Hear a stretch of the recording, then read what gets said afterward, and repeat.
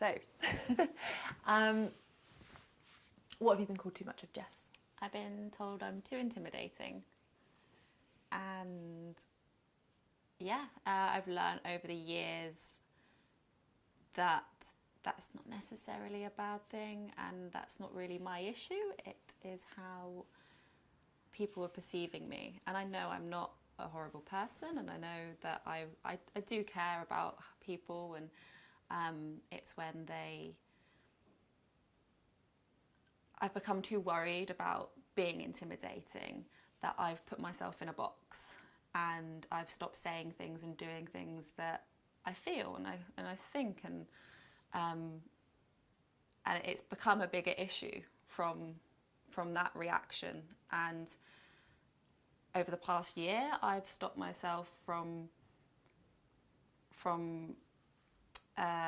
letting it be a problem. I've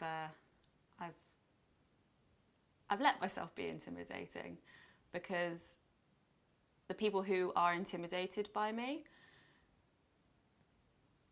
there's no need for them to be in my life anymore, because if they can't deal with it, it's their issue, and I try my hardest to be kind and fair to people. So if they're intimidated, then it's not, the friendship and the relationship's just not going to work. So and the people who can deal with it, then will grow and will become, the friendship or relationship will become something great and will bounce off of each other. And once that happens and you communicate with people that are on the same level, then you great things will happen and you'll be happier. And yeah, and I think those people who are intimidated by me, then hopefully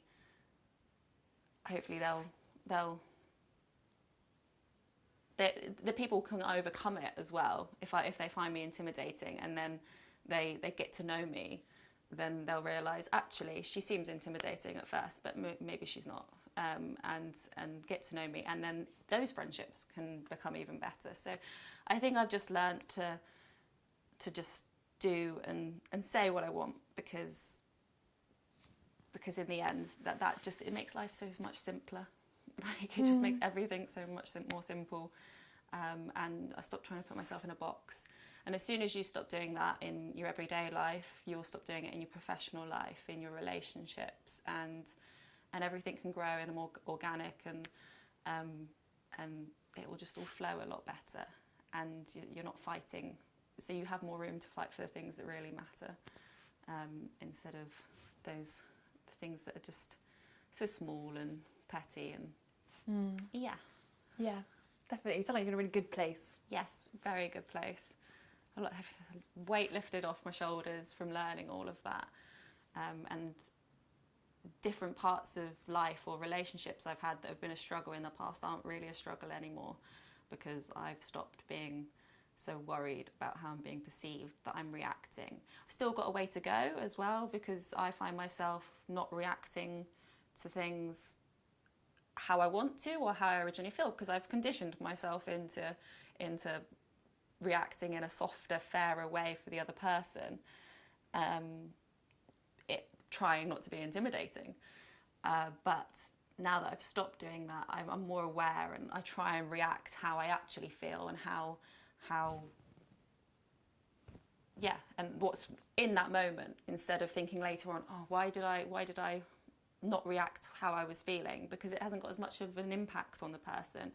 And if the person feels what you're feeling straight away, then they'll learn, and your relationship will grow better. And it just makes life a lot more simple. So I'm still learning, but it's something that too intimidating, being told I'm too intimidating in the past, it's now not on my mind, and it's something that it's a sentence and a few words that I think I've learned a big lesson from, but it's now more powerful, because it means that I'll be myself. I know that I'm not scared of upsetting other people, yeah, I'm more conscious to just say and do what I want, and I feel like that will help me in everything I do. Definitely. Awesome. Jess, you're not too intimidating.